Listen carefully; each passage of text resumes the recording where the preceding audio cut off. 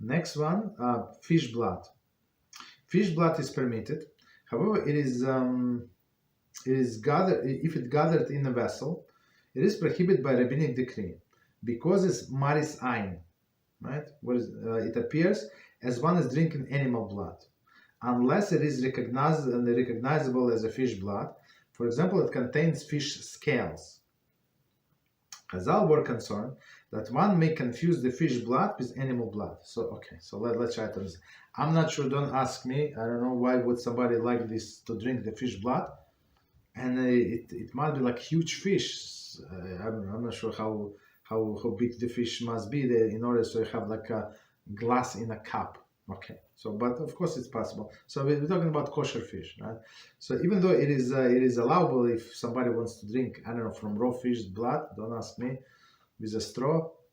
Okay, but if somebody would pour it into container, so blood is allowed, but we must indicate that it's a fish blood. So some here he said maybe make sure that there is a few fish scales, right, in a cup, next to a cup, like somewhere. Some say put the skeleton of the fish somewhere, like so it would be obvious that you're drinking the blood of the fish. So I'm not sure why somebody would do it, but that's allowable. But Rabbi said it's today we're going to discuss why Rabbi said so many things, right? So it's one of the things that that is called maris ein, as so we would not appear to any other onlookers that we're doing something wrong, because it is permitted. But how do you know, like from the color of the blood that is in a vessel in somebody's hand, there is fish blood, there is permitted, and not animal's blood that is prohibited. Okay, that's the reason. So we try to protect ourselves and protect other people from thinking wrongly about us. So we put, as he said, the fish scales inside, or put, as I said, the fish skeleton. Okay, practical application. Human blood is not included in Torah prohibition of blood, but it is prohibited because it maris ein. Therefore, if one sucks the blood from the wound, he may not swallow the blood. Right? It's from Shulchan Aruch. So, for example, you cut your finger, so naturally you put it in your mouth, right? So you can suck the blood, but you have to spit it out. If the blood never left the body, for example, one's tooth or gum is bleeding, one may swallow the blood.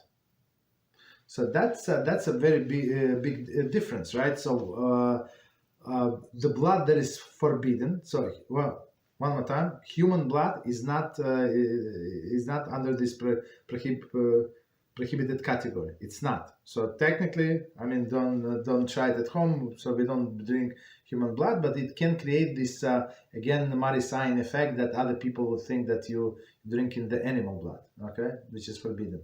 So we'll say even when you suck the blood from your wound, from the finger, from whatever, so you have to spit it out.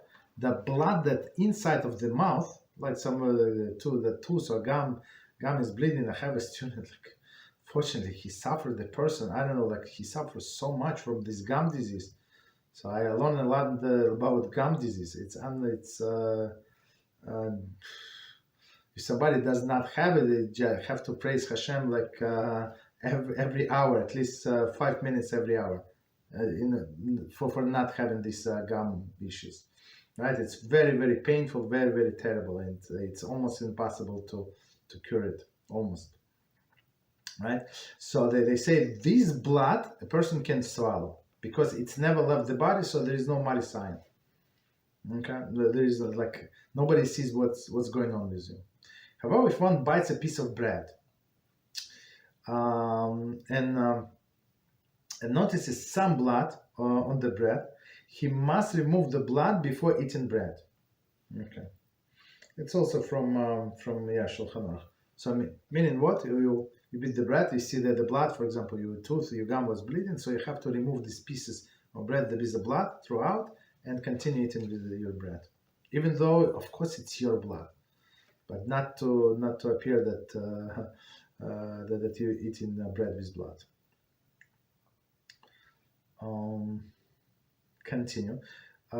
If fish or human blood is inadvertently mixed into food, the food is permitted. Okay, somebody was cutting salad and cut his finger, and then few drops went into salad, so there is no problem. Or fish blood also, there is no problem. I mean, can you wash completely? I mean, sometimes when it's in some types of the fish, it's not so easy to remove all of the blood. But when you start like frying or like cooking the fish, so you do not see the blood. Okay.